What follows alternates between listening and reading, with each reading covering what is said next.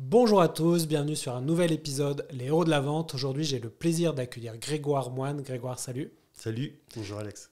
Alors Grégoire, tu es le troisième invité que j'invite dans le studio de podcast Pastel Studio, donc je suis encore très content. J'espère que ça te plaît. Oui, je te remercie. J'ai découvert le studio justement parce que je compte faire un autre projet et je l'ai trouvé très sympa et je suis très content de participer à ton émission. Ouais, en fait, pour expliquer les coulisses aux auditeurs, effectivement, tu as réservé le studio pour un projet de formation.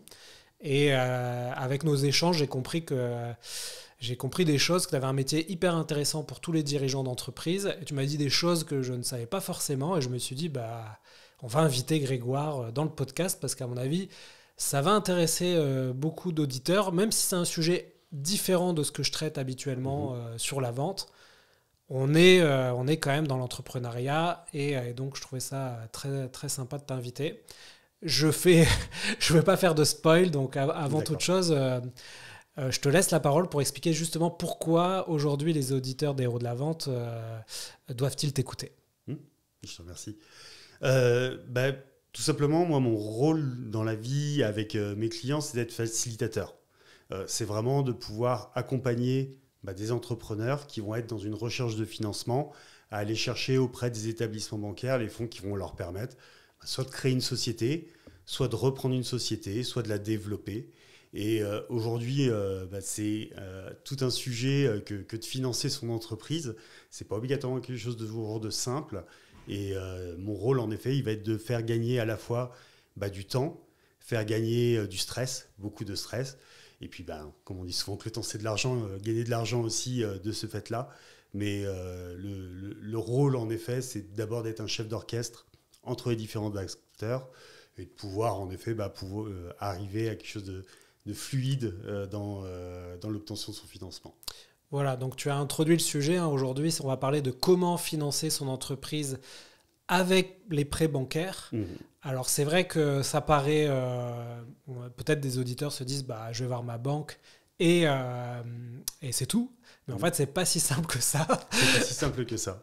Donc on va parler de ça. On va pas parler aujourd'hui de subventions ou de capital risque, capital investissement, qui sont quand même des sujets dont on entend beaucoup parler sur les réseaux. Clairement. Mais bizarrement, on n'entend pas trop parler du sujet des prêts bancaires. Pourquoi, selon toi ? Alors tout simplement parce que je pense qu'aujourd'hui, le métier que je fais, on n'est pas obligatoirement très nombreux à le faire. On reviendra sûrement sur le sujet. Ouais. Et aujourd'hui, il y a besoin de pédagogie sur la façon d'aller chercher son financement.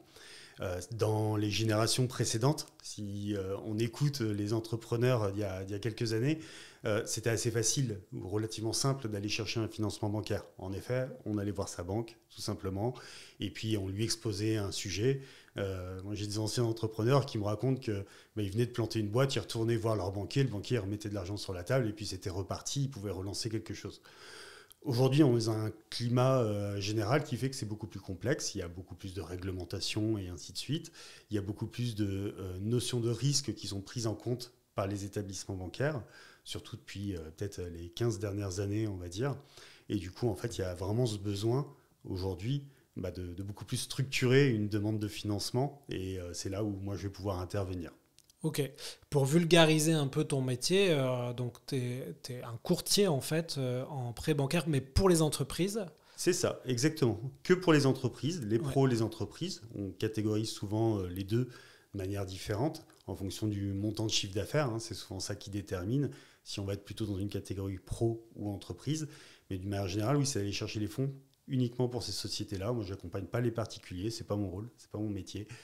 C'est uniquement en effet les entreprises, qu'elles soient donc en création, que ça soit une reprise. Ça, il y a tout un sujet aussi sur lequel on reviendra, je pense, à un moment donné. Ouais. Et puis sur le développement, parce qu'il y a beaucoup de choses à ce niveau-là. Et en fait, ce qu'on peut voir aujourd'hui en France, c'est vraiment, là je suis sur du très général, et puis on pourra rentrer sur du plus spécifique, mais d'une manière générale, les entreprises sont assez mal accompagnées sur ce type de choses, ou pas du tout accompagnées. Et on va avoir différents acteurs qui vont faire partie de toute la création de l'entreprise, mais il va y avoir personne qui va orchestrer ça de façon à ce que les différentes personnes se parlent concrètement, Ouais. ou transmettre les bonnes informations pour que tout le monde soit d'accord. L'expert comptable n'a pas le même langage que le banquier, qui n'a pas le même langage que l'avocat d'affaires. Et pour autant, en effet, c'est toutes les informations qui viennent de ces personnes-là qui vont faire que le dossier il va pouvoir fonctionner, puis que l'entrepreneur va pouvoir réaliser son projet et mettre ça en place et que ça fonctionne. Très bien, écoute, on va essayer de profiter de cet épisode avec toi pour en savoir un maximum sur ces sujets. Peut-être avant de rentrer dans le vif du sujet, pourquoi tu as choisi ce métier ? Parce que tu as dit que ce n'était pas très connu, donc qu'est-ce qui t'a fait connaître ce métier et pourquoi tu dis tiens, je me lance ? Alors moi déjà, je suis à la moitié de ma carrière en gros, j'ai toujours travaillé dans la banque et en assurance, voilà, ça a vraiment été les deux domaines dans lesquels j'ai travaillé. J'ai fait du pro évidemment, parce que je pense que sur le métier que je fais aujourd'hui, on est quasiment obligatoirement passé par de la banque pro à un moment donné, à quelque niveau que ce soit, mais c'est important en fait de comprendre ce marché-là parce qu'il est assez particulier. Et puis après, quand on est en banque pro, on va gérer des clients sur toute la longueur. On va gérer beaucoup de SAV, il y a beaucoup de réglementations et ainsi de suite. Okay. Et moi, j'aime bien le mode projet. J'aime bien en effet accompagner, prendre quelque chose qui est brut, aider justement à co-construire quelque chose. Et puis après, une fois que le projet est terminé, pouvoir passer sur autre chose. Okay. Et en fait, je me suis rendu compte, en exerçant mon ancien métier de banquier notamment, que c'était quelque chose qui n'était pas assez fait, que souvent on avait des gens qui arrivaient avec des dossiers qui n'étaient pas obligatoirement bien constitués ou qui n'étaient pas obligatoirement toujours bien réfléchis à l'avance et qu'on avait la possibilité d'accompagner là-dessus. Moi, j'ai rencontré une société avec laquelle j'ai travaillé pendant quelques années qui était dans ce domaine-là. Et en fait, comme je disais, on est assez peu nombreux aujourd'hui à le faire. Ouais. Et du coup, on a vraiment un boulevard sur tout ce qu'on peut faire parce que le marché, il est complètement à travailler. Ouais. Moi, j'aime bien prendre un parallèle là-dessus. C'est le marché en fait, des courtiers en immobilier pour du particulier au début des années 2000. Au début des années 2000, en fait, tu n'avais pas beaucoup d'acteurs sur le marché. Et puis, tu allais voir un courtier en immobilier si tu pensais que tu avais un problème, en effet, que tu allais avoir du mal à obtenir ton financement et ainsi de suite. Ton premier réflexe, c'était de toute façon d'aller voir ta banque. Voilà. Alors, j'ai plus la stat exacte, mais je crois qu'ils étaient entre 3 et 5% du marché qui couvrait au début des années 2000. On est, je pense, à plus de 50% aujourd'hui. Voilà. Et il y a beaucoup d'acteurs qui se sont créés. Il y a eu beaucoup de façons, en effet, d'accompagner les clients sur ce type de choses. Et aujourd'hui, en effet, nous, on est un peu sur mon métier, vraiment d'accompagner les entreprises, comme au début de ces années 2000 pour les courtiers en immobilier. Il y a tout à faire. Okay. Il y a beaucoup de choses à créer. Il y a beaucoup de façons de voir les choses aussi. On le voit avec les gens qui travaillent aussi sur ce métier-là. On y reviendra sûrement, tu verras, voilà. Mais en effet, il y a un peu tout à construire. Donc ça demande beaucoup de pédagogie en fait aujourd'hui pour expliquer que notre métier, il existe, qu'il a un intérêt et puis qu'il apporte vraiment quelque chose. Oui, donc tu me disais en préparant l'épisode, effectivement, vous n'êtes pas beaucoup. Il y a un énorme potentiel dans ce métier-là. Mais il y a une raison, si vous n'êtes pas beaucoup, tu m'avais dit, c'est parce que c'est quand même plus compliqué que de faire les particuliers notamment. Oui.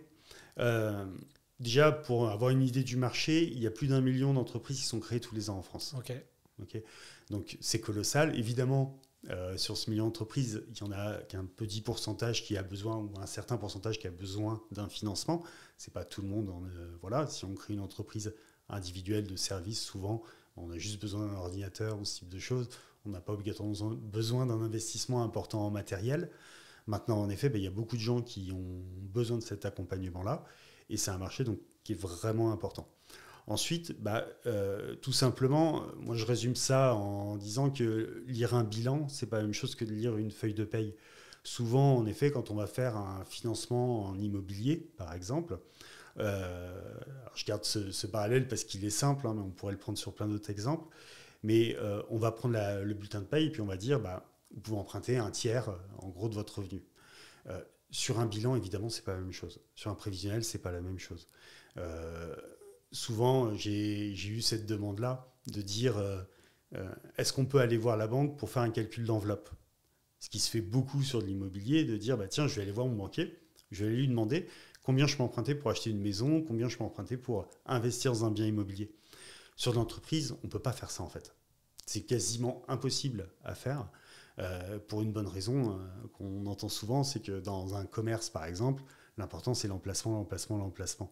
Donc on ne peut pas aller demander une enveloppe sur quelque chose où on ne sait pas combien ça va coûter, quelle va être la marge de ce que va coûter le fonds de commerce par exemple qu'on va racheter, ou le droit au bail, ou de combien va être le loyer. Ça va déterminer complètement le chiffre d'affaires que tu dois faire, la rentabilité que tu dois avoir, et ainsi de suite. Oui, donc c'est à l'entrepreneur de faire ce travail-là, de en fait budgétiser son besoin. C'est à lui de le faire, mais justement, souvent, il est assez peu accompagné. Ok. Voilà. Souvent, en effet, il va le faire par lui-même. Ouais. Voilà. Ou il va le faire avec son expert comptable. Et son expert comptable, lui, va pouvoir l'orienter en le remettant dans une réalité aussi des choses. Je vais faire un cas complètement fictif, évidemment, mais qui est quelque chose qu'on peut voir régulièrement. C'est-à-dire qu'un entrepreneur, quand il a l'idée de se dire, tiens, je vais ouvrir un restaurant, voilà, avec le montant de loyer que j'ai et le montant, en effet, de charges que je vais avoir, ça veut dire qu'il faut que je fasse, 600 000 euros de chiffre d'affaires pour pouvoir commencer à gagner de l'argent. D'accord ? Sauf que il ne va pas obligatoirement mettre en face directement le nombre de couverts qu'il peut avoir, combien il va pouvoir recevoir, quel va être son taux d'occupation de ses locaux au fur et à mesure. Voilà. Est-ce qu'il y a une périodicité dans l'année par rapport au type de nourriture qu'il vend et ainsi de suite. Combien de services il va pouvoir faire, ses horaires d'ouverture, combien de gens il va devoir embaucher pour que ça fonctionne à l'intérieur. Et en fait, il y a des professionnels qui vont pouvoir l'accompagner là-dessus, notamment l'expert comptable, mais pas seulement. Et c'est là où, en effet, moi, je vais aussi participer à mettre une réalité par rapport à mon expérience, par rapport à ce qu'on va pouvoir trouver sur d'autres commerces dans le quartier équivalent et ainsi de suite. Et puis par rapport à ce que j'appelle une météo des banques, en fait. D'accord. Si je développe un peu cette partie-là, peut-être tu veux... Comme tu veux, j'allais te demander... ok, on a un dirigeant d'entreprise qui nous écoute, qui n'a pas trop cette visibilité sur qu'est-ce qu'il peut emprunter, à quelle banque aller voir, etc. Quels sont, on va dire, les premiers conseils que tu peux lui donner, peut-être avant d'aller justement voir quelqu'un comme toi ou voir des banques?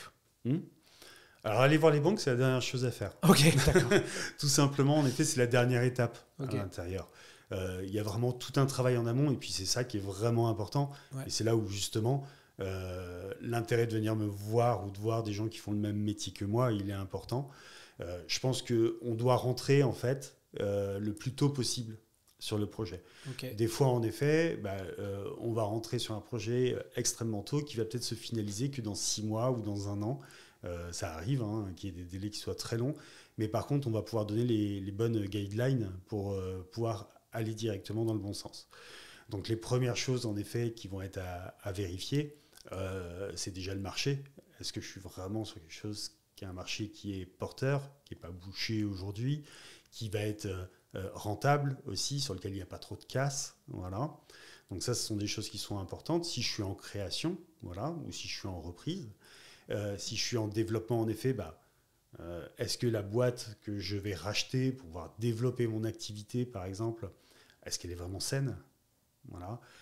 Ça peut paraître surprenant, mais on m'a souvent apporté des dossiers, entre guillemets, des clients qui avaient avancé sur des reprises, dont c'était la première reprise, par exemple, d'une société, et qui n'avait pas du tout vu à l'intérieur qu'il y avait des choses qui étaient extrêmement limites et qui remettaient en cause la pérennité du projet, tout simplement. Donc toi, ça fait partie de ton travail d'auditer quand même un peu l'entreprise et de vérifier qu'il n'y a pas des anguilles sous roche. Oui, je vais avoir des points de vigilance, en fait. Okay. D'une manière générale, ce qu'il faut dire sur la banque, elle, son rôle, évidemment, ça va être de financer l'économie. Théoriquement, c'est le premier rôle de la banque, c'est d'utiliser l'épargne de ses clients pour pouvoir financer l'économie. Je dis théoriquement, parce qu'en effet, on sait que ça a pas mal pu évoluer sur les dernières années.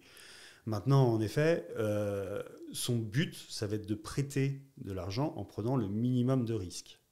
Voilà. Ouais. Ce qui est assez logique, parce que ça reste en effet un commerce. Ce qu'il faut bien voir, en fait, je pense que le postulat de base qu'il faut bien prendre quand on est entrepreneur, qu'on est en train de créer sa boîte et qu'on sait qu'on va aller chercher un financement bancaire, c'est vraiment de bien comprendre que le banquier entreprise, le banquier pro, il a un portefeuille et que son portefeuille, c'est comme lui, c'est son fonds de commerce, avec ses clients à l'intérieur. Et dedans, il a des clients qui sont sympas, il y a des clients qui sont moins sympas. Il y en a qui sont bons, il y en a qui sont moins bons, il y en a qui vont réussir, il y en a qui vont se planter. Et ça, en effet, c'est valable dans tout type de commerce. Qu'on ait un restaurant, qu'on crée des téléphones portables ou qu'on fasse du reconditionnement et ainsi de suite.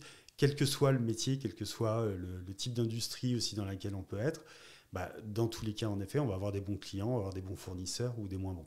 Et le banquier, il est exactement dans ce même postulat, c'est qu'il a son portefeuille et qu'à l'intérieur, il va vouloir diversifier ses clients et il va vouloir prendre un niveau de risque le plus faible possible en diversifiant ses clients. D'accord. Et ça, notamment, c'est des choses que tu ne peux pas savoir à l'avance, évidemment, quand tu vas voir ton banquier. Tu ne peux pas savoir s'il a... je reste sur le restaurant, mais si en effet la moitié de son portefeuille c'est du café, hôtel, restaurant et que on le voit par exemple en ce moment, c'est un secteur qui est plus difficile que les autres, où il y a plus de fermetures que les autres, il va pas regarder ton dossier de la même façon. D'accord. Et est-ce qu'on a des banques qui sont un peu plus spécialisées que d'autres sur certaines activités? Alors, assez peu, d'une manière générale. D'accord. Et c'est pour ça, en effet, que j'emploie souvent le terme météo.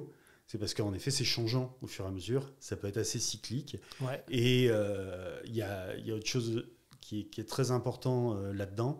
C'est que d'une manière générale, sans vouloir faire une généralité absolue, mais c'est quand même quelque chose qu'on retrouve très, très souvent, les banques sont plus en conquête qu'en fidélisation.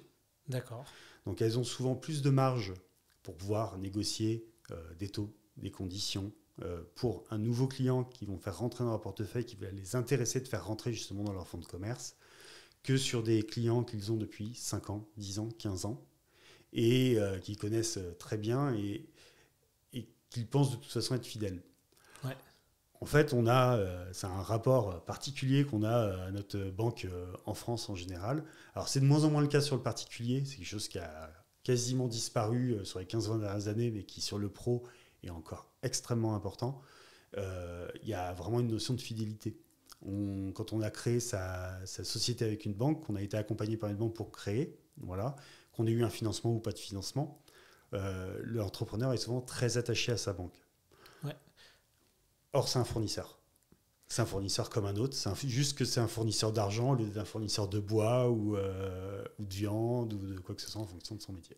Alors, j'imagine qu'il y a différentes catégories de dirigeants et d'entrepreneurs. Il y a j'imagine des dirigeants qui sont dans des entreprises, on va dire, avec des business plans classiques, que tu as dit, restaurants, hôtels, etc. Et la case-banque, elle est souvent un passage obligé, mais il y a aussi des entrepreneurs qui ont des entreprises, on va dire, plus originales. Moi, j'ai évolué dans le monde des startups, donc avec parfois des business models complètement innovants. Et c'est vrai que la case-banque, elle arrivait très souvent après, voire pas du tout. Alors après, il y a des dispositifs, il y a notamment des banques spécialisées dans l'innovation qui vont être un peu soutenues par la BPI, Exactement. Qui vont garantir les prêts, etc. Mais c'est des choses qu'on ne connaît pas forcément quand on se lance. Est-ce que toi, tu peux peut-être dédramatiser, on va dire, le côté banque quels sont les messages que tu peux passer aux entrepreneurs qui nous écoutent, de dire pour chaque profil, peut-être il y a des solutions différentes Alors clairement, oui, ouais. Tout à fait. Là, on parle aujourd'hui du financement bancaire, mais comme tu le disais en introduction, il y a d'autres types de financement qui peuvent être complémentaires, que ce soit en effet du business angel par exemple, mais ça peut être aussi complètement sur des financements plutôt d'État, des financements publics. Ça peut être aussi sur du financement participatif, faire appel à ce type de choses. Ça peut être aussi d'aller chercher des financements plus sur des notions, par exemple, de crédit bail, où la banque ou l'organisme va acheter à ta place le matériel et te le mettre en location. Oui. Donc des solutions, en fait, il y en a plein à l'intérieur. Et pour chaque profil ou chaque projet, il va y avoir une organisation qui peut être différente. Oui. Souvent, effectivement, peut-être quand on est plus en mode start-up, le prêt bancaire va arriver en complément d'une levée de fonds, parfois d'une subvention, etc. Peut-être pas tout de suite au début de l'aventure, contrairement à, on l'a dit, une entreprise plus classique. Donc ça, c'est important à savoir. Moi, quand j'ai commencé à avoir des prêts bancaires, j'ai appris la notion de caution personnelle. Oui. Qu'est-ce que tu peux nous dire là-dessus? Alors, grâce à la BPI, je n'étais pas caution personnelle, mais il y a peut-être un point de vigilance à avoir là-dessus. Oui, clairement. Bah, en fait, ce que j'explique souvent à mes clients, c'est que souvent les gens, ils arrivent avec le principe du taux. J'ai cherché un financement bancaire, je veux le meilleur taux. Voilà. Ça peut se comprendre, hein, parce que c'est ce qui est facial quand on reçoit une offre, mais ce n'est pas le plus important. En fait, le plus important, souvent, pour moi, c'est plutôt des notions qui sont annexes, justement, notamment les cautions, les garanties, ce type de choses. Parce que c'est là où il y a un vrai gap qu'il peut y avoir entre différentes offres. Oui. Et j'ai remarqué souvent que mes clients, à la fin, choisissaient plutôt ce qui les engageait le moins, ce qui engageait le moins leur patrimoine personnel, et ce qui les mettait le plus dans une situation de confort par rapport à ça, quitte à payer un petit peu plus cher les taux d'un autre côté. D'accord. En fait, d'une manière générale, on l'a dit, la banque, son but, c'est de prendre le moins de risques possible. Donc, quand elle va évaluer ton dossier, elle va mettre un taux. En gros, hein, je résume ça, mais elle va mettre un taux en fonction du niveau de risque qu'elle va prendre. Donc plus elle va avoir de garanties en face qui vont être bien déterminées, qui vont être bien équilibrées, plus elle va pouvoir aussi baisser son taux quelque part, puisqu'elle va prendre moins de risques. Sinon, elle va se payer, elle va se rémunérer son risque à travers le taux. Voilà. Mais il y a d'autres choses qui vont à côté. On parle de garantie, alors oui, évidemment, il y a la caution solidaire. Ça, en général, c'est ce qu'on essaye de baisser un maximum. Il y a BPI qui peut garantir, il y a d'autres organismes qui peuvent garantir. Et en fonction, en fait, on va aller chercher les garanties qui vont être les plus adaptées. Certaines banques vont avoir leur propre organisme de garantie en interne, qu'ils vont pouvoir utiliser. Certaines garanties vont te rendre une partie des sommes que tu as versées au début lorsque tu auras fini de rembourser le prêt. Il y aura ce remboursement qui sera fait à la fin. Donc ça baisse aussi le coût de cette garantie à ce moment-là si on est bon payeur.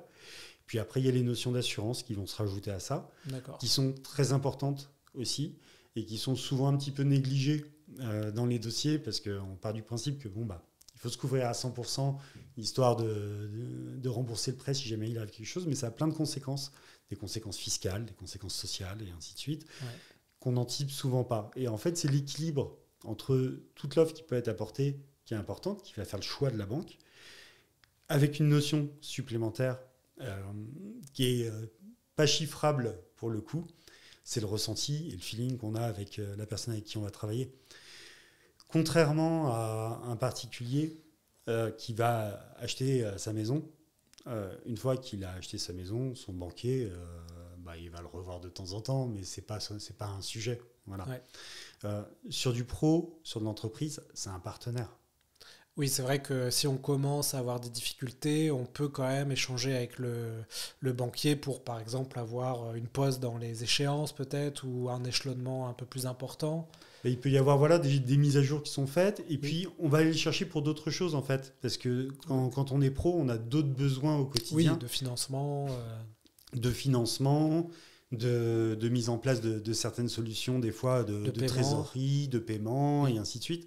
Donc la relation, elle est quand même plus importante.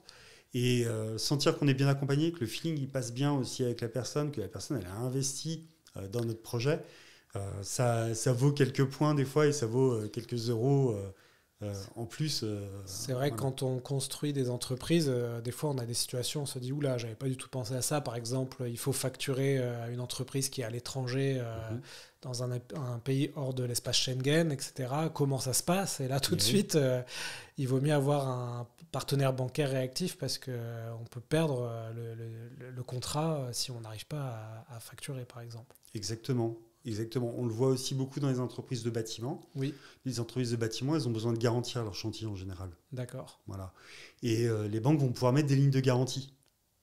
Ça, en effet, c'est un sujet, si on ne l'étudie pas en même temps, au moment où on va choisir sa banque, qu'on se rend compte qu'après, la banque, derrière, elle va pas vraiment vouloir faire de ligne de garantie ou que ça va être très compliqué d'avoir la personne à chaque fois quand il y a un nouveau chantier qui rentre pour qu'elle mette en place le contrat de garantie, et ainsi de suite, on se met du stress et on perd du temps voilà, de façon tout à fait inutile. Donc tout ça, en effet, c'est des choses qui ne sont pas faciles à voir avant. Si on va voir que sa banque directement, clairement, on se refuse d'avoir la possibilité d'avoir un choix. Voilà. Et je le répète, mais c'est vraiment important. Quand on va chercher un fournisseur pour son boulot, on va aller voir tous les fournisseurs. On va les comparer. On va comparer leur prix, on va comparer leur offre et ainsi de suite.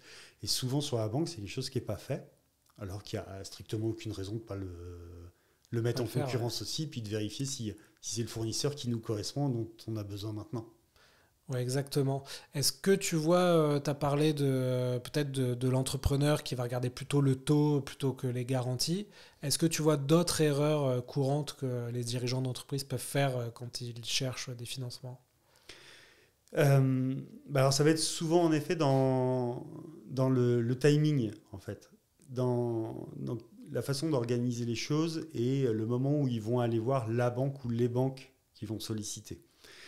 Déjà, la première chose, en effet, c'est, comme je le disais, pas aller voir une seule banque, ça j'insiste, c'est vraiment d'aller en voir tout un ensemble, d'aller en voir plusieurs et d'avoir un dossier qui est vraiment structuré et qui est prêt avant. D'accord. Je le disais tout à l'heure, on est sur 1 million de créations d'entreprises en France par an. Ça veut dire qu'il y a cette obligation d'avoir un compte professionnel et un compte professionnel dédié pour un entrepreneur. Donc, c'est-à-dire que quand tu vas créer ton entreprise, tu vas devoir aller voir une banque et créer un compte chez elle. Que tu aies besoin d'un financement ou pas, tu vas devoir le faire.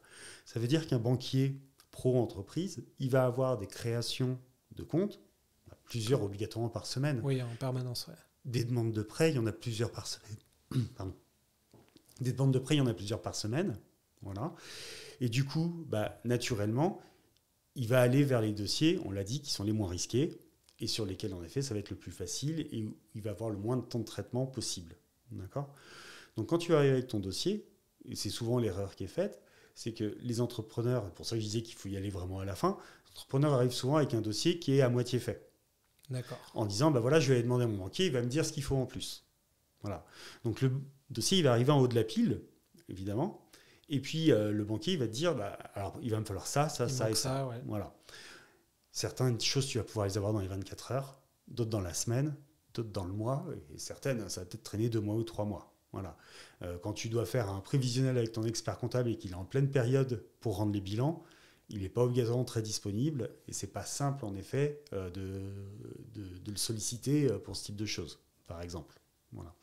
Ce qui fait que ton dossier, au fur et à mesure, comme il y a d'autres dossiers qui arrivent, il va descendre dans la pile, naturellement.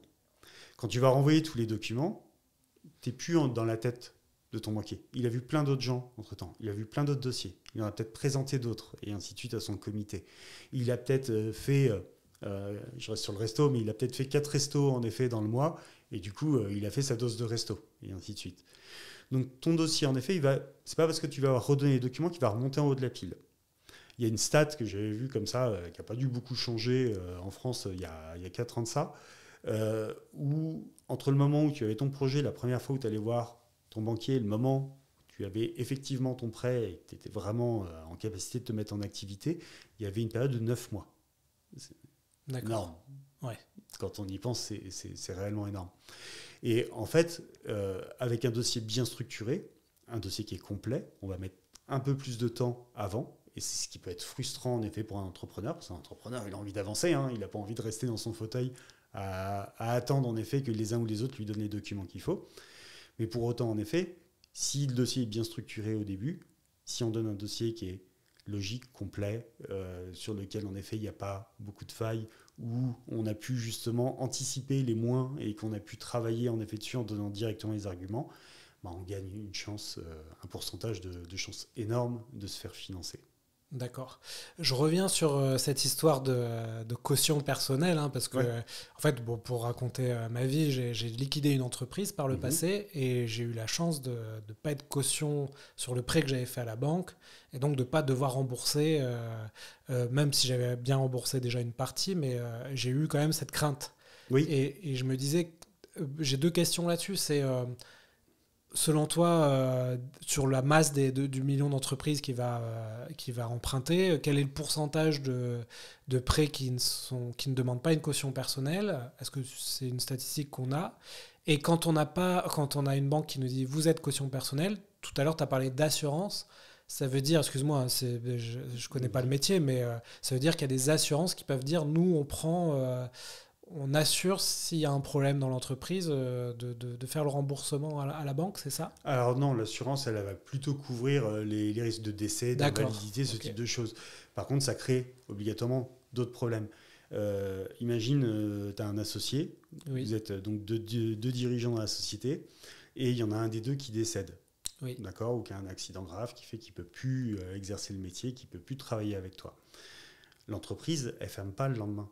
Elle a toujours des charges, elle a toujours des employés, elle a toujours des gens à payer, elle a toujours des fournisseurs qu'elle doit rembourser de ce qu'elle a pu commander le mois précédent ou quoi que ce soit. Ouais. Donc les assurances aussi, c'est ça qu'il faut dimensionner et avoir aussi cette anticipation de dire je ne me retrouve pas dans la situation de ne pas être en capacité de payer mon prêt dans 2 mois parce que mon associé est décédé et qu'on a mis du temps à pouvoir se remettre en route ou refaire fonctionner la société ou quoi que ce soit. Donc, ce sont deux notions qui sont différentes. D'accord. Par contre, en effet, sur la notion de garantie de caution, d'une manière générale, la caution, souvent, en fait, ça va dépendre de ce qu'on va avoir mis en garantie à côté. Ça va dépendre, en effet, de l'expérience que tu as aussi. C'est-à-dire que si tu es à ta 2e, 3e, 4e boîte et que les premières fonctionnent bien, tu as des chances, en effet, de pouvoir mettre moins de caution ou que la banque en demande moins. Il y a le fait de mettre en concurrence, ça c'est ce que je fais au quotidien. Voilà, c'est de dire en effet, j'ai 6 banques autour de la table sur un projet. Il y a quelque chose qu'on veut absolument limiter, c'est la caution des dirigeants au maximum, par exemple. Voilà, parce que pour eux, c'est quelque chose d'important. À ce moment-là, en effet, on risque d'avoir beaucoup d'offres qui n'en auront pas. Voilà. Alors que si tu vas voir que ta banque, voilà, directement, son but, encore une fois, c'est de prendre le moins de risques possible. Ceinture bretelle, dans tous les cas. Donc, elle mettra un maximum. Après, la caution solidaire, elle est obligatoirement limitée par les garanties que tu peux avoir à côté. D'accord. Donc, par exemple, si tu as des locaux ou du matériel, c'est ça? Alors, c'est pas obligatoirement, mais les garanties type BPI. Ah oui, oui. Voilà. Alors, si on prend BPI, par exemple, si BPI te couvre à 50%, on ne pourra pas te prendre de toute façon plus de 50% de caution. Ça sera de toute façon le max. D'accord. Par contre, en effet, si on prend, il y a des garanties européennes aussi, qu'ont certaines banques, qui vont avoir des poches par moment et ainsi de suite. On est à laquelle je pense qui s'appelle Foster notamment. Foster, elle va couvrir à 80% le prêt et elle va interdire de prendre une caution personnelle en plus. D'accord. Et en plus, elle est gratuite. Et ça, c'est par exemple cette garantie européenne, ça s'applique à quel type d'entreprise? Alors, il y a des cases. Ça peut être, il y a plein de types d'entreprises en effet sur lesquelles ça peut être. Ça peut bouger aussi. Je sais qu'à une époque, on l'utilisait pour des franchises notamment, et puis que maintenant, en effet, c'est plus compliqué de pouvoir le mettre sur des franchises. Donc, ça peut être sur plein de types d'entreprises différentes, mais c'est pas toutes les banques qui les ont et pas tout le temps. C'est des enveloppes, en effet, que certaines banques vont aller demander. Et donc, celle-ci, par exemple, peut être très intéressante. Et pour en finir sur la partie caution et répondre aussi à ta question, la caution, c'est la dernière chose. C'est le dernier cas, c'est l'extrême. C'est une fois qu'on a utilisé toutes les autres garanties qui ont été mises en place. D'accord. Donc déjà, en effet, activer ta caution à 100% de ce pourquoi tu t'es engagé, c'est extrêmement rare. Ah oui. Faut bien en avoir conscience, c'est que vraiment, alors j'ai pas la stat, j'ai pas le pourcentage, mais de mon expérience et de tous les banquiers avec qui j'ai eu l'occasion d'en parler, des mises en place, enfin des activations de caution, ça reste quelque chose d'extrêmement rare. D'accord. C'est vrai que quand on crée une entreprise pour la première fois, on n'a pas cette notion-là. On pense effectivement que je pensais c'était plutôt l'inverse, c'était que tu faisais un prêt à la banque, tu étais la plupart du temps caution personnelle, même si moi ça n'a pas été le cas, mais je me disais que parce que j'avais la BPI derrière. Oui, ça revient souvent, mais ça n'empêche qu'entre... Alors, il y a plein de notions là-dessus, il y a même des notions juridiques. Des fois, en effet, il y a même la question de se poser si des fois la banque ne prend pas la caution, juste psychologiquement, en fait, vis-à-vis du client. Ça serait tout un sujet. Je ne vais pas obligatoirement le développer là. Mais ce qu'il faut bien voir, en effet, par exemple, tu as pris un prêt, ok, et ta société, elle plante. En général, déjà, elle ne plante pas au bout de 3 mois, ou de 4 mois, ou de 5 mois. Oui, tu as déjà remboursé. Tu as déjà remboursé peut-être la moitié de ton crédit. D'accord ? Là-dessus, en effet, tu avais déjà aussi, par exemple, BPI, puisqu'on prend cet exemple-là, c'est le plus courant, BPI qui couvrait à 50%. Donc déjà, si tu as remboursé la moitié et que BPI avait couvert la moitié, déjà, théoriquement, on ne va pas mettre ta caution en jeu. Il y a déjà plus de raison. Okay. Alors, c'est très résumé, c'est très schématique la façon dont je le fais là, mais c'est normal. Et ensuite, peut-être que tu as du matériel qui peut être saisi, parce qu'en général, la banque, ce qu'elle leur a pris aussi, c'est le nantissement du fonds de commerce. D'accord ? Donc la valorisation aussi de ton matériel, si elle revend les micros, si elle revend en effet ta déco ou les caméras. Voilà. Et ça, en effet, va servir à rembourser aussi les créanciers potentiels. Donc une fois que tout ça, ça a été épuisé, si ta caution personnelle a été prise, si tu es solvable aussi, parce que ça, la notion de solvabilité, en effet, elle n'est pas toujours respectée quand il y a une prise de caution. Voilà. Dans ce cas-là, elle peut être mise en jeu. D'accord. Mais on est vraiment, on arrive tout au bout, quoi. D'accord. Alors, je sais que toi, tu m'as expliqué qu'aujourd'hui, tu faisais plutôt des gros projets de type industriel. Est-ce que tous les projets, on peut par exemple parler du studio de podcast qui est plutôt un petit projet. Est-ce que ça vaut le coup de faire appel à un courtier ou pour ce type de projet, non, c'est plutôt des projets plus importants. Enfin, quel type d'entreprise selon toi, doivent-ils faire appel à des gens comme toi ? Alors, d'une manière générale, j'ai envie de te dire, tout le monde peut faire appel en effet à un courtier en financement. C'est simplement, comme je disais, comme on n'est pas très nombreux aujourd'hui. Oui, vous avez privilégié plutôt les projets plus importants. Pas obligatoirement, non. C'est des spécificités en fait de chacun, c'est des choix de chacun.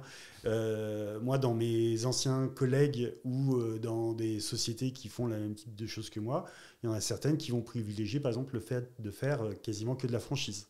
D'accord. Voilà, parce que c'est leur truc, c'est ce qu'ils aiment en effet. Ils aiment bien le côté récurrent du modèle qui est déjà posé et puis d'accompagner ce type de projet. Il y en a en effet qui vont préférer faire du commerce de proximité. Parce qu'ils ont envie d'être, ils sont dans des zones qui sont peut-être moins denses et sur lesquelles en effet le tissu local pour eux c'est important, ils veulent être investis dans le tissu local. Voilà. Il y en a qui préfèrent, moi je préfère faire de l'entreprise aujourd'hui, voilà, parce que moi mon rêve à terme, si je te donne mon rêve à terme, c'est pas tellement la taille de l'entreprise, c'est plutôt le secteur.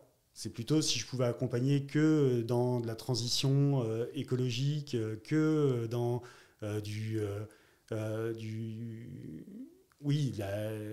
une mise à niveau un petit peu de ce que l'on fait ou de la créativité ou des choses nouvelles. Voilà. Moi, c'est ce qui me plaît le plus. Donc, en effet, du coup, ça se tourne souvent en effet vers de l'industrie. Ce que j'aime beaucoup aussi, moi, c'est la transmission. Voilà. Oui, on va en parler, ouais. Ça, c'est vraiment un sujet sur lequel, moi, qui me plaît beaucoup parce que je pense qu'on a vraiment quelque chose à apporter là-dessus. Et du coup, en fait, il n'y a pas de taille de projet et il n'y a pas de limitation. J'ai eu des cas, alors j'en aurais plein à te donner comme ça. On a alors je dis on a parce que je pense que je me permets de parler aussi pour la profession en général. On a un écueil qui revient très souvent, c'est qu'on a des gens qui nous appellent très souvent en disant voilà, j'ai 15 jours pour obtenir mon financement parce que ça fait 6 mois que je suis dessus. Là, j'ai le local et ainsi de suite, j'ai les clés, je paye un loyer, j'ai toujours pas mon financement. Voilà. Et c'est des dossiers qui ont été tout simplement pas pris dans le bon angle, voilà, ou mal montés et ainsi de suite. J'ai plein d'anciens collègues, ou moi-même, où on a des exemples, où on a fait soit changer une chose sur le projet, soit faire changer le projet en lui-même, ou changer le local, ou des fois j'ai fait rajouter un associé, des fois j'ai fait enlever un associé du projet. Voilà. Et en fait, du coup, le dossier, on va pouvoir le représenter de cette façon-là, et il va passer. Mais ça, en effet, il ne faut pas qu'on vienne en pompier de service. Le but, c'est pas qu'on soit en pompier pour sauver les meubles au dernier moment. Le but, en effet, c'est que, comme je le disais en intro, c'est vraiment la première chose que j'ai dit, c'est qu'on soit facilitateur et qu'on enlève du stress et qu'on fasse gagner du temps. Et en fait, c'est extrêmement important dans notre démarche. Et on peut le faire que si les porteurs de projet arrivent assez tôt sur le projet. On peut leur dire, en effet, ça ne fonctionnera pas. J'ai un exemple comme ça, qui était de gars qui voulaient ouvrir un bar. Voilà. Et en l'occurrence, ils se connaissaient depuis le lycée. C'était un rêve de potes de lycée, à dire un jour on ouvrira notre bar ensemble. Voilà. Ce qui est valable dans tous les cas. Ils sont chacun partis de leur côté. Il y en a un des deux qui était parti, alors qui était ingénieur, qui avait rien à voir. Donc des gens qui étaient bien en plus câblés pour pouvoir faire leurs choses et ainsi de suite. Et puis ils se sont dit, notre premier projet, c'est d'ouvrir en effet un bar sur une péniche. Voilà. Parce que c'est notre kiff, c'est ça qu'on a envie de faire. Et puis, dans la discussion, je leur ai très vite expliqué que ça allait être compliqué, et ainsi de suite. Puis, au bout d'un mois et demi, à insister sur le projet, ils m'ont rappelé en me disant, oui, t'as raison, ça ne va pas le faire. Et puis, ils trouvent un autre projet. Ils trouvent un autre projet à racheter, là, un commerce qui existe déjà, et puis pour reprendre le bar et puis refaire leur version. Sauf que quand le bilan arrive et que je regarde le bilan en effet du bar qu'ils veulent reprendre, en gros, ils essayaient de leur vendre les dettes qu'ils avaient cumulées de façon à ne pas repartir complètement à poil, voilà, et à faire financer ça par les repreneurs et par la banque. Voilà. D'accord. Évidemment, ça ne serait jamais passé. Voilà. Donc ça, en effet, je leur ai fait abandonner ce projet-là aussi. Ça peut être frustrant. Hein, voilà. Ouais. Et puis, ils ont trouvé le troisième projet. Ils ont trouvé celui qui était fonctionnel, qui était faisable.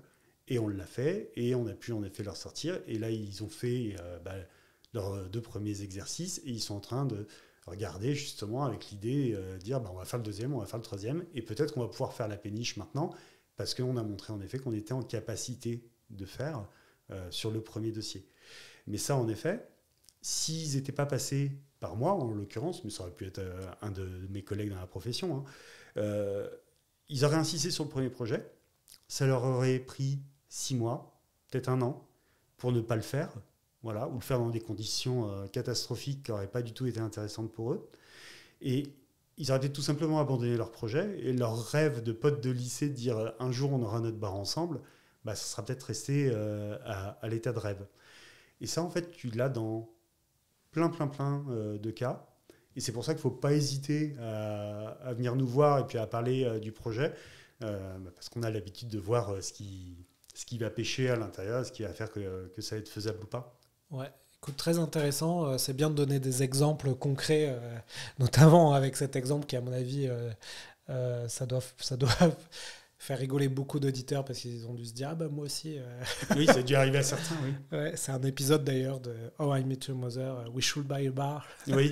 Ils veulent absolument acheter un bar, ils essayent et là ils se rendent compte que c'est pas si simple. C'est pas si simple.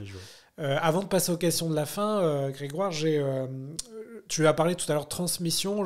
C'est une partie qu'on voulait adresser rapidement, c'est création ou reprise d'entreprise. Ouais. Là, on arrive dans une période où il va y avoir beaucoup de départs à la retraite, notamment tous les baby-boomers qui vont partir à la retraite. Et on va avoir sur le marché énormément d'entreprises à reprendre. Qu'est-ce que tu peux nous dire là-dessus ? J'imagine que tu as des retours d'expérience sur peut-être les bonnes pratiques à faire, peut-être les bonnes opportunités aussi à détecter. Et peut-être que parfois, c'est plus simple d'aller vers la reprise d'entreprise que vers de la création d'entreprise. Qu'est-ce que tu peux nous dire là-dessus ? Exactement. C'est tout à fait ça. En fait, dans l'idée, souvent, quand on se dit qu'on veut se lancer sur un sujet, on a tendance à vouloir créer sa société. C'est un premier réflexe, c'est celui qui revient régulièrement, se dire c'est bon, j'ai le projet, je veux être menuisier, donc je vais ouvrir en effet une menuiserie et je vais acheter tout le matériel et ainsi de suite. Or, on est en effet dans une période où, alors si on prend aujourd'hui, si on va sur le site du BPI, déjà des fonds de commerce à reprendre, il doit y en avoir un peu plus de 15-17 000 environ. Oui. Pour donner juste une idée comme ça, je pense que la dernière fois que j'ai regardé, il y avait plus de 17 000 en effet entreprises à vendre. D'accord ? Et on est clairement au début de ça. Au début, ouais. Et aujourd'hui, en fait, c'est un vrai sujet d'économie, tout simplement, en France. C'est qu'on va avoir toutes ces sociétés qui vont être en vente simplement du fait des départs en retraite. Et là, en fait, c'est clairement un choix sur ce qu'on veut aussi dans notre économie. Ça va à ce niveau-là pour moi. Parce que aujourd'hui, ces sociétés-là, elles ont plusieurs choix. Elles ont soit en effet de revendre. C'est un sujet qui est très compliqué. qui est très compliquée parce que souvent, ce sont des gens qui ont créé leur société, qu'ils ont créé il y a 30 ans, il y a 40 ans. Et elles doivent trouver quelqu'un qui va la reprendre et puis qui va la faire évoluer, mais quelque part qui va avoir un peu le même ADN qu'eux, parce qu'on n'a pas envie obligatoirement de vendre à quelqu'un qui est trop loin de ses propres convictions. On va avoir un sujet, en effet, que souvent, dans les générations précédentes, c'est souvent les enfants qui reprenaient la société des parents. Ce n'est pas obligatoirement le cas aujourd'hui, c'est de moins en moins le cas. D'autant plus qu'en effet, les études sont allongées, l'espérance de vie s'étant allongée aussi, il y a des décalages, on a les enfants plus tard, donc ils sont plus grands au moment de la transmission, ils n'ont pas obligatoirement envie de faire ça parce qu'ils ont déjà fait leur carrière ailleurs. Voilà. Et du coup, en effet, l'autre solution qui malheureusement arrive et va arriver trop couramment, ça va être de fermer l'entreprise tout simplement. Et dire tout ce qu'on a fait, tant pis, de toute façon, j'ai pas de repreneur, donc je laisse tomber et puis je ferme. Et ça, c'est extrêmement dommage, évidemment. D'où le fait, en effet, que c'est réellement important, quand on se dit je veux aller dans tel domaine, de regarder ce qui existe déjà et de voir s'il n'y a pas une entreprise à reprendre. J'ai un exemple comme ça, là, d'un dossier que je suis en train de terminer. Je parlais de menuiserie, en l'occurrence, c'est une menuiserie.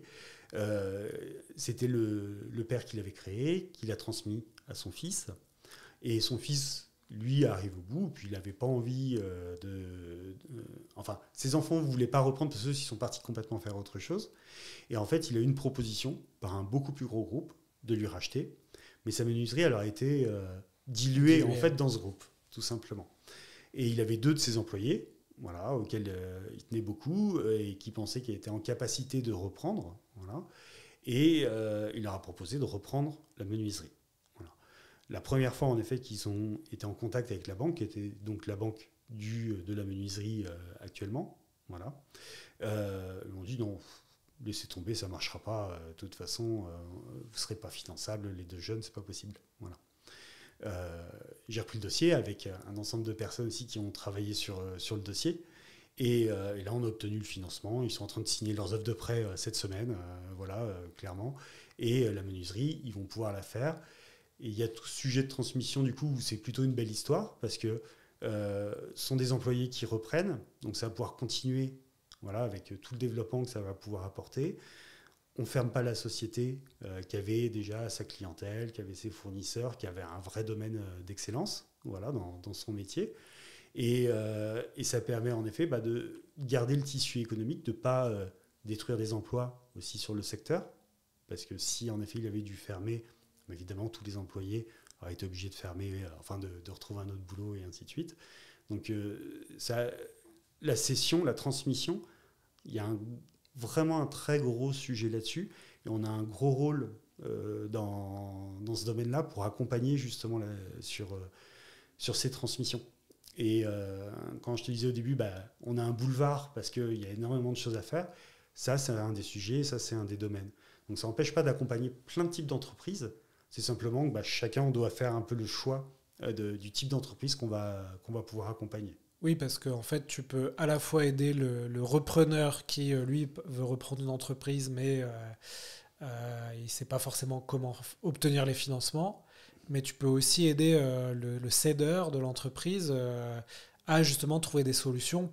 Là, tu as donné l'exemple d'aider les salariés à monter un dossier de financement pour reprendre l'entreprise.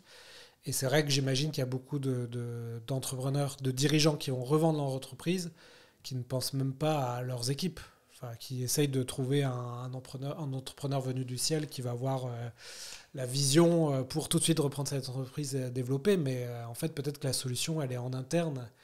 Mais ça, ils ne le savent pas forcément et ils ne savent peut-être pas forcément que c'est possible de débloquer des financements. Je pense en effet que d'une manière générale, alors c'est pas que sur mon métier, hein. Oui. Moi je m'inclus toujours dans quelque chose d'assez global là-dessus, parce qu'on ne fait rien de bien tout seul entre guillemets sur ce type de choses. Je pense qu'il y a beaucoup de projets en fait qui ne vont pas au bout en France aujourd'hui, que ce soit en création, que ce soit en reprise, que ce soit en développement. Il y a beaucoup de projets qui sont abandonnés, tout simplement en effet parce que il n'y a pas le bon accompagnement autour et il n'y a pas le bon accès à l'information et à la bonne solution, en fait. Alors que souvent, en effet, elles existent. Il y a une question qui revient régulièrement des clients. Dire est-ce que c'est la bonne période pour me lancer, est-ce que c'est la bonne période pour acheter? Il n'y a pas de bonne période et il n'y a pas de mauvaise période. Il n'y a que des dossiers qui sont plus ou moins bien montés et qui sont plus ou moins bien anticipés avec des problématiques qui sont plus ou moins bien anticipées. Chaque société, chaque secteur a ses problèmes, a ses relais de croissance et puis a aussi ces problématiques qui font que ça peut être difficile. Mais si tout ça, en effet, on l'a bien anticipé avec les différents acteurs, qu'on l'a bien orchestré et qu'on l'a bien apporté à notre banque, puisque c'est notre sujet, pour qu'elle prenne le moins de risques possible en finançant le projet, clairement, oui, il n'y a pas de raison que ça passe pas et que ça ne fonctionne pas. Oui, et puis tu as martelé pendant ce podcast que le banquier, lui, cherche à réduire son risque. J'imagine qu'un dossier de reprise d'une entreprise saine, qui fonctionne, qui marche, etc., pour lui, c'est moins risqué que le financement d'une création d'entreprise qui n'a pas d'historique. Ça peut. Ça peut. Exactement, ça peut. C'est souvent le cas, en effet. D'accord. Clairement. C'est souvent le cas parce que, justement, oui, on peut se baser sur un historique. Oui. Alors, ça ne fait pas tout, évidemment. Ça ne fait pas tout parce que quand on change la direction d'une entreprise, je pense qu'on l'a tous vécu, on change de management et ainsi de suite. Ouais. Ça va plaire à certains, ça ne va pas plaire obligatoirement à d'autres. Par contre, en effet,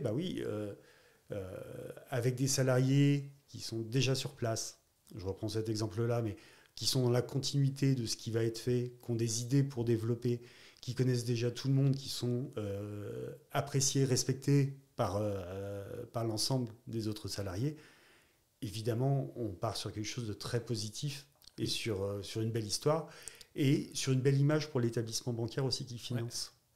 Mais c'est vrai que moi, je suis beaucoup de podcasts, beaucoup de lectures, etc. On ne parle pas beaucoup des reprises d'entreprises, alors que quand on y pense, on gagne énormément de temps, puisqu'on a déjà le produit, déjà la com, le marketing, déjà les clients. On est dans le podcast L'Héros de la Vente, donc souvent le nerf de la guerre, c'est de trouver des clients, etc. Là, on en a déjà un portefeuille de clients.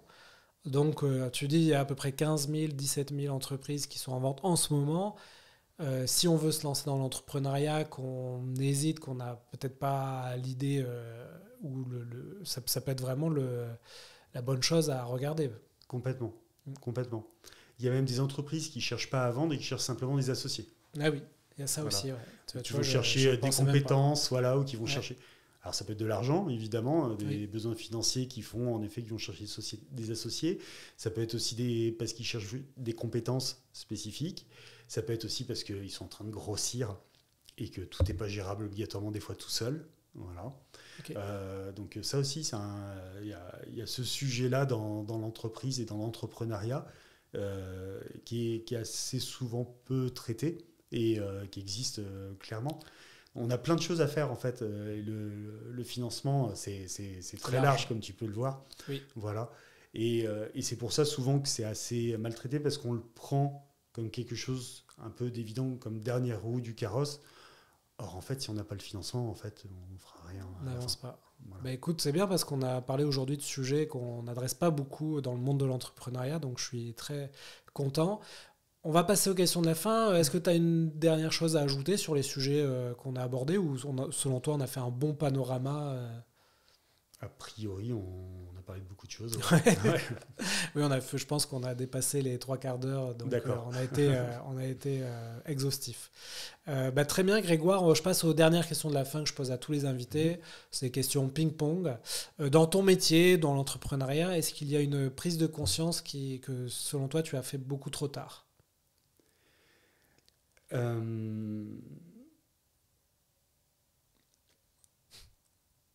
Oui, je pense qu'en effet, sur le fait, en effet, je pense encore une fois que c'est pas facile d'aller chercher un financement et qu'il faut vraiment y aller quand on est prêt, et pas vouloir y aller trop tôt, en fait, et pas vouloir y aller quand on a un dossier qui est à moitié terminé ou où on n'a pas encore tous les éléments. C'est vraiment important de prendre le temps avant, même si des fois ça peut paraître un peu frustrant, quoi. Ok, donc ça c'est plus pour la partie de tes clients. Et pour toi, est-ce que tu as un état d'esprit en fait dans ton activité que tu aurais aimé avoir plus tôt peut-être ? Ça peut être sur la vente, ça peut être sur l'organisation. Euh, Je te pose des questions très introspection. ouais. Non, mais en fait, oui, en effet, je pense que ça serait le fait de choisir justement le domaine sur lequel je veux opérer. Choisir les clients avec qui tu veux travailler. Ouais, complètement. Parce qu'au début, évidemment, quand on découvre le métier, comme c'est un métier qui n'existe pas encore beaucoup, Oui, on fait un peu dans tous les sens. Et maintenant, je viens à pouvoir faire exactement comme je le souhaite et aller vers le type de choses qui m'intéressent. Mais je pense que oui, c'est vraiment quelque chose que j'aurais pu faire encore plus tôt, sûrement. Oui, ça c'est un bon apprentissage effectivement de savoir avec quel client on veut travailler. Souvent ça, c'est vrai qu'au début quand on se lance dans une activité, on prend tout le monde. Non, c'est normal. Ouais. Très bien. Est-ce qu'il y a un achat de moins de 100 € qui t'a changé la vie? Je viendrai sur des lectures, je pense, principalement. Voilà, ça va être sur des livres sur l'entrepreneuriat, sur le développement personnel. Est-ce qu'il y en a un en particulier? Le premier qui va me venir, ça va être l'offre à $100 millions, Alex Hormozy. Alex Hormozy, oui. Ouais. La semaine de 4 heures aussi, que je lis il y a quelques temps aussi. Cette question est empruntée à Tim Ferriss. À Tim Ferriss, justement, ouais. Et où aujourd'hui, quand on le lit, ça peut être assez décalé sur certaines choses, parce qu'il n'y avait pas la technologie qui correspondait, quoi. Mais sur lequel, en effet, le fait de segmenter, justement, et puis d'aller choisir ce qu'on aime faire, et puis aller vraiment vers ce qu'on aime pour être le plus efficace possible, je pense que c'est vraiment important. Et oui, c'est ce type de choses, je pense. Qui coûtent pas cher et qui sont très efficaces, je pense, pour avancer. C'est des bons investissements, effectivement. Dernière question, Grégoire, est-ce que je te donne une carte blanche pour inviter quelqu'un sur le podcast? Tu me proposes qui? Je te proposerai Clément Marquez, qui est quelqu'un avec qui je travaille très régulièrement, qui lui va faire plutôt tout ce qui va être justement financement public et l'autre pendant quelque part de ce que je fais, parce qu'on travaille très régulièrement ensemble, on travaille sur des beaux projets industriels, et c'est quelqu'un qui a une belle vision de l'industrie aussi et de l'avenir de ce qu'on peut faire dans notre économie à ce niveau-là. Très bien, écoute, c'est intéressant. Comme ça, les auditeurs qui ont besoin de financement te contactent toi et contactent Clément, et ils peuvent déjà avoir un bon panel de financement sans avoir à se diluer, parce que c'est vrai qu'on n'en a pas parlé, mais sur les réseaux, l'investissement via des business angels, via des capitaux risques, c'est très médiatique, mais à chaque fois, on oublie qu'on se dilue, et puis alors que le financement bancaire ou le financement public, il n'y a pas de dilution, on reste maître à bord. C'est ça. Et c'est important, en effet, parce que c'est quelque chose qu'on peut voir assez régulièrement sur ce type de cas. On a besoin d'argent, on va aller chercher, en effet, des gens qui vont investir, donc qui vont prendre des parts de la société, sauf que ils vont venir vraiment en investisseur. On n'a aucune idée, à ce moment-là, de la valorisation de notre société dans 5 ans ou dans 10 ans. Et si on a prévu, en effet, d'être seul maître à bord à la fin, et qu'on a prévu dès le départ qu'on va racheter les parts de ses associés, on y va complètement à l'aveuglette à ce moment-là sur la valorisation qu'elles auront à la fin. Donc, si on souhaite à la fin rester maître à bord, faut l'anticiper dès le début, clairement. Très bien. Écoute, Grégoire, merci beaucoup pour ce podcast. Si on veut te joindre, on fait comment ? On peut passer via LinkedIn notamment. Alors je poste pas beaucoup parce que je suis pas trop à me mettre en avant en général. Il y a mon numéro de téléphone, il y a mon mail en effet dessus. Vous pouvez me contacter notamment sur l'adresse grégoire@nexus-financement.fr. Très bien, je pense que tu vas avoir des contacts. N'hésitez pas à partager l'épisode si vous l'avez apprécié, et à vous abonner à la newsletter Les Chroniques de la Vente. C'est là où je partage un maximum d'infos, et notamment ces épisodes qui sont aussi sur la chaîne YouTube Les Héros de la Vente. Grégoire, à bientôt. À bientôt, merci beaucoup Alex.